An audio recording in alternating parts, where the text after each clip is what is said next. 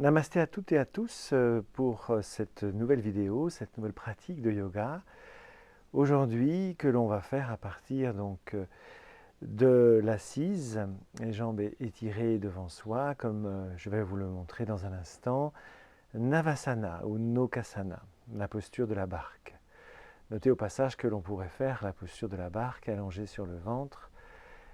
Ce sera l'objet certainement d'une prochaine vidéo. Aujourd'hui, on va juste s'atteler aux multiples variantes d'ailleurs que comprennent cette posture, ces postures de Nokasana et Navasana.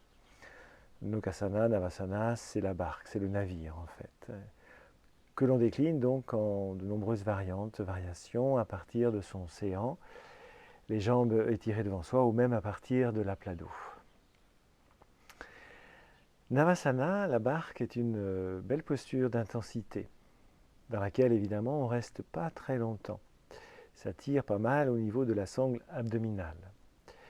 Elle joue donc sur le renforcement du bassin fessier, des lombaires, sacrum lombaire, et de toute la musculature du dos, ainsi d'ailleurs que toute sa structure ostéo-articulaire. Elle fait du bien donc pour tout ce qui est élimination, tous les déchets, surtout les urines, au niveau glande endocrine aussi, au niveau prostate, ovaire. Vraiment, c'est une belle posture. Elle travaille sur les chakras du ventre et du pubis principalement, même si tout travaille dans l'axe, la gorge, le cœur.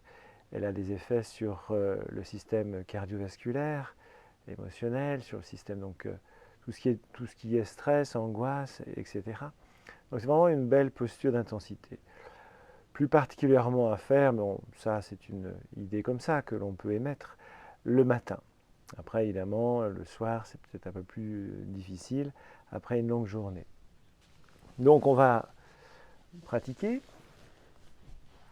en se plaçant comme ceci, les pieds et les jambes bien étirés, le dos, l'axe bien droit, et les bras seront parallèles avec le sol. Alors il va s'agir de monter les jambes un peu plus haut que la tête, ou alors à même hauteur de la tête, et former donc un V avec sa tête et son tronc, et le bassin fessier étant donc la profondeur du V. Notez au passage que l'on verra aussi différentes autres adaptations de la barque. Donc on va inspirer et sur l'expiration, monter donc les pieds et les jambes. Au niveau des souffles, le souffle abdominal est le plus utilisé, même si évidemment on peut aussi inspirer, expirer, et puis faire un rythme avec une tenue à plein, voire une tenue à vide.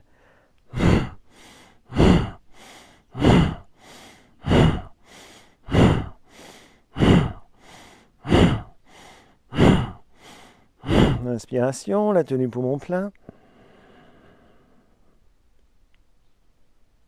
Et l'expiration, on revient. Donc dans cette pratique, on peut jouer évidemment sur les variations, sur la hauteur entre les pieds et la tête, et évidemment le sol. Soit une barque assez profonde, soit une barque peu profonde. Donc si les pieds sont un peu moins hauts évidemment que la tête, on peut se pencher davantage vers l'arrière et faire ceci. On peut par exemple expirer, inspirer et tenir poumon plein.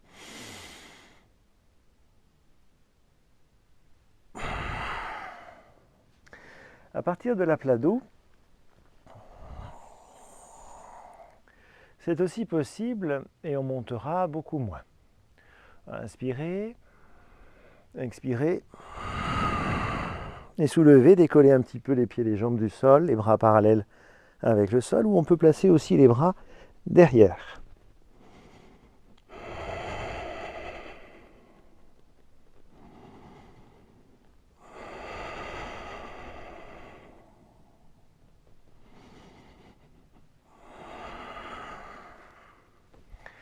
Et ensuite, relâchez tout. Et savourez.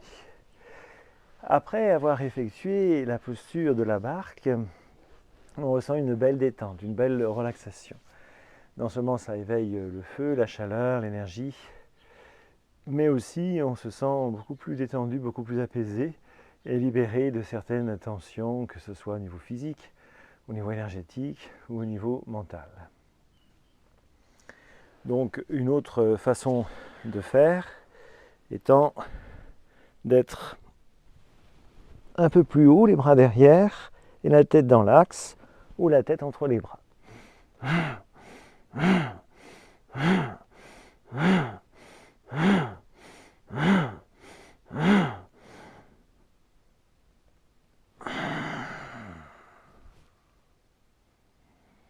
Toujours un espace pour savourer dans cet aplat d'eau.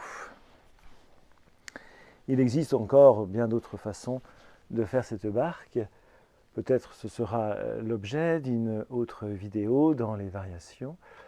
Je vous souhaite donc une belle pratique, un bon embarquement, une bonne navigation et puis à tout bientôt.